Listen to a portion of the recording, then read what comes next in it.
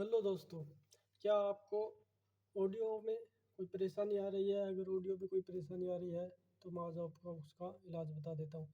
यहाँ पे आपके कुछ कट का निशान आया हुआ है या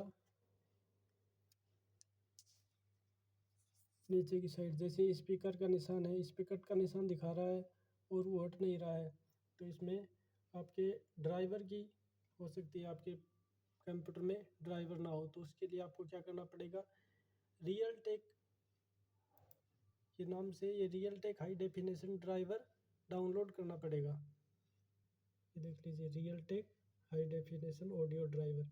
ये अलग अलग है, इंटेल का, जैसे डेल का।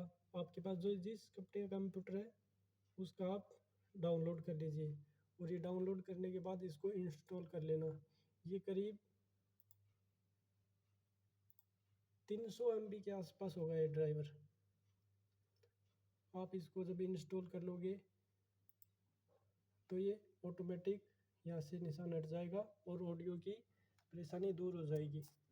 अगर आपके पास कंप्यूटर है और आपको ऑडियो की परेशानी आ रही है और वो ठीक नहीं हो रही है, यदि आप विंडो नई गिरवाने की सोच रही हैं तो उससे पहले एक बार ये ट्राई ज़रूर करके देखना।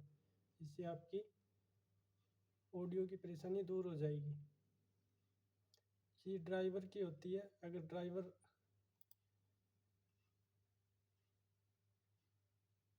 नहीं है तो वो ऑडियो रिकॉर्डिंग में परेशानी आती है।